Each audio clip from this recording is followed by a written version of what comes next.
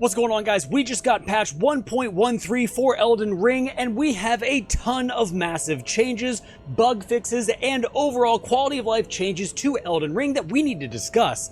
And what's most curious about this is it seems like FromSoft actually wants you to use summons, so let's go ahead and talk about it. Per usual, I will have the patch notes linked in the description below if you guys want to go check this out so you don't miss anything. I'm going to cover the vast majority of all these different patch changes, but as I said before, if there's something that I missed or something that you want more clarity on, the patch notes will be linked. Starting out with PvP exclusive balance adjustments. When it comes to the equipment, increase poise damage of normal attacks for the following weapon types: light great swords, backhand blades, hand-to-hand arts, and your beast claw weapon types. There's going to be increased poise damage of dual-wield attacks for the following weapon types: straight sword, thrusting sword, curved sword, katanas, spears, whips, fists, and claws. Increased poise damage to the claws of knight throwing attacks, which I think is going to be very nice. And there's going to be a decrease to backstep invulnerability window, and the fine crucible feather talisman, or the talisman of all crucibles, is equipped. When it comes to your PvP skills, the savage lion's claw is getting some changes. The second hit of the follow-up attack is now easier to land, which is a solid quality of life change,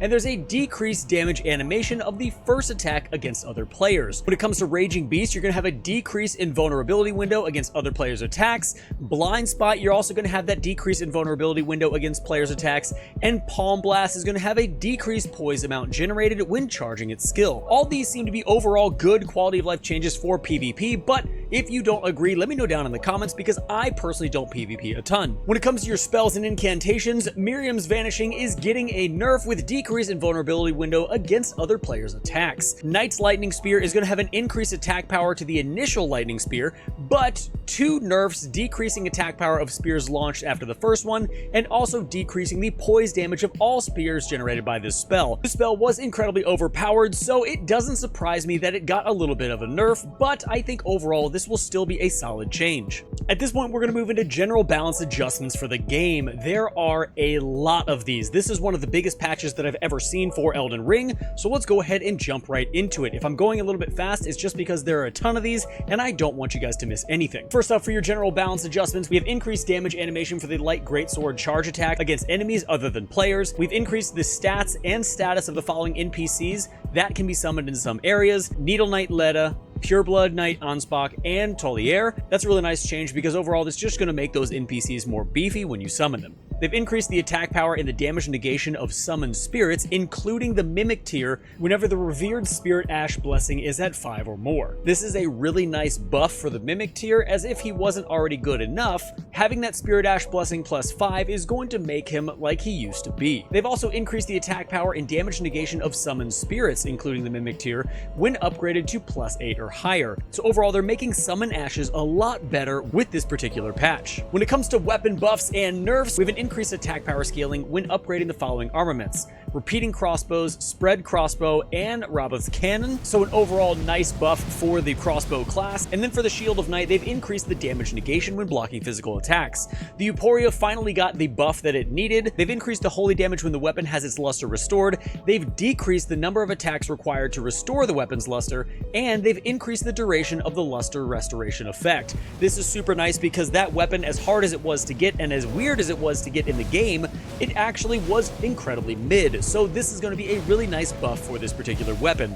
The Golden Shield has had increased guard strength. The Golem's Fist, they've added a damage hitbox to the hand portion of the ranged fist attack, which is nice. The Smith's Grip Hammer also got a buff, increasing the poise damage of the swing portion of throwing attacks, but the projectile is unchanged. The Spread Crossbow got a nerf, and they've decreased the generated status buildup when used with bolts that have status effects, so that's too bad, but it is to be expected. The Ailment Talisman, after its onset status effect ailment, the status buildup or duration of said ailment will now be reduced immediately by a certain amount, so that's a nice little buff given to the Ailment Talisman. And the Clarifying Horn Charm plus 1, and Clarifying Horn Charm plus 2 have all increased focus resistance, so 2 of these talismans so far have gotten buffs, which is always great to see. Now when it comes to your skills in Ashes of War, the Savage Lion Claw is going to have an increased attack power and poise damage of the first attack, which is great. Swift Slash got a little bit of a nerf, reducing movement distance when using this skill, and extended recovery time. This was definitely to be expected. It's a fantastic Ash of War, but especially in PvP, it was getting absolutely abused, so I'm not surprised that it got nerfed. They've increased the attack power against enemies other than players for overhead stance, which is awesome. Aspect of Crucible Wings got a dual buff, increasing its attack power and increasing directional control, as well as the amount of poise generated when using the skill, so that's super great. And when it comes to Light Speed Slash, the additional light attacks are now affected by the attack power and the ability scaling of the weapon, which is great. The Vengeful Spirits of Rancor Slash have increased attack power, and they've increased the stamina damage against guarding enemies, so a nice buff there. They've increased the directional control or follow-up attacks after a strong attack for the Revenger's Blade. The Horned Warrior Sword caught a buff with the Horn Calling Ash of War, increasing attack power against enemies. Horn Calling Storm increased attack power against enemies. And the Weed Cutter, which is incredible, has increased speed of attacks. I'm really interested to see how this goes because that Ash of War is absolutely crazy. They've increased the poise value when using the skill of Romina's Purification. They've buffed Red Bear Hunt, increasing attack power and increasing the poise value when using this skill, which is fantastic. Rancor Shot caught a nerf. They've decreased the status buildup generation when using arrows that have status effects. That seems to be an overarching change they're making. They just want to have less status on ranged weapons. They've adjusted Repeating Fire's attack power to compensate for the increase in weapon damage. Feeble Lord's Frenzied Flame caught a nerf, reducing frenzied status effects buildup against enemies. And Revenge of Night has an increased poise damage to attack when the skill is used immediately after guarding an enemy attack. So overall, when it comes to these skills, we got a ton of buffs with minimal nerfing going on in the game, and that's always nice to see. But that's not all, because we also have a bunch of spell and incantation buffs and nerf to go over. First off, the Glintblade Trio spell has increased attack power. Blades of Stone, they've adjusted the attack power to the first, second, and third charge attacks. They've increased the attack power of non-charged attacks, and increased attack power of the first hit of the charge attack, and reduce attack power of the second and third hits. They've also increased the attack range and attack speed. So this is more of a balance for Blades of Stone, not necessarily a hardcore nerf, but they've definitely tweaked this a lot. Glintstone Nail, they're going to have increased attack power and improved enemy tracking, which is great. Glintstone Nails is increased attack power and improved enemy tracking. And sadly, we all knew it was coming. Impenetrable Thorns got massively nerfed. All generated Impenetrable Thorns will now track enemies, which is great, but they've decreased the attack power and poise damage, and they've decreased the hemorrhage status buildup and stamina damage against guarding enemies. This is not in any way, shape, or form going to be as good as it was, and we all knew this was coming. The last two spell buffs we need to talk about are the Rings of Spectral Light, got an increase in attack power and frostbite buildup status, and Vortex of Putrescence also got increased attack power and frostbite status buildup. Now moving into the incantations, let's start out with the Minor Erdtree. They've increased the HP recovery amount, so it caught a buff. Land of Shadow has improved enemy tracking. Spira has increased attack speed. Watchful Spirit has improved enemy tracking. Divine Beast Tornado got increased attack power. Enemies hit by the tornado will now be launched upwards, and the tornado will be less likely to disappear due to the collision with the terrain. This is a massive buff for Divine Beast Tornado. Rain of Fire has increased attack power and reduced interval between each hit, which was massively needed. The Roar of Regalia increased poise damage and attack power. Furious Blade of Onspot has increased attack power, and Rotten Butterflies is also going to increase the Scarlet Rot status buildup, reduce the interval between damage ticks, and increase its attack range. I feel like this is definitely a great change and is going to help put Rotten Butterflies into your incantation slots, so you have another massive spell to use besides Scarlet Aeonia. Now for those of you who don't like to use summons, the rest of the patch has to do with making summons better.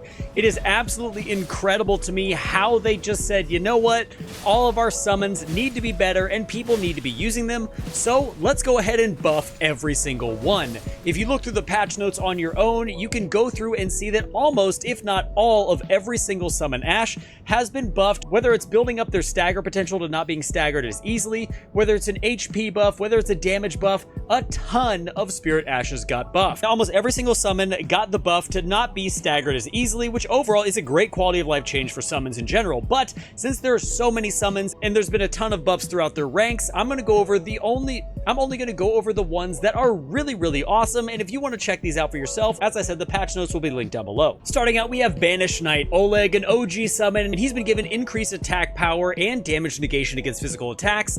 Banished Knight Ingval has also received the same buff. Bloodhound Knight Flow has increased HP, physical attack power, and damage negation against physical attacks. The Black Knight Captain Hugh has increased attack power and damage negation against physical attacks. Latenna the Albanar caught a buff, increasing her HP and physical attack power and and magic attack power, which is really nice. Perfumer Trisha caught a buff with increased HP. Omen Killer Rolo has been given increased HP, physical attack power, and fire attack power. The demi-human swordsman Yash, aka Yoda, has increased HP, attack power, and magic attack power. And our boy Ancient Dragon Knight Kristoff has increased lightning attack power and damage negation against physical, lightning, and holy affinities, and he will no longer stagger as easily. Black Knife Tish caught a buff, no longer staggering as easily. Clean Rot Finley also is going to have increased attack power and damage negation against physical, magic, and holy affinities, and also will no longer stagger as easily. The Dung Eater puppet of all puppets got increased vigor, and Nefeli Lu's puppet has increased vigor and strength. And guys, everything else you're going to see in this patch is just going to be a ton of bug fixes. I'm not going to go over all of them with you because there are quite a lot, but as I've said before,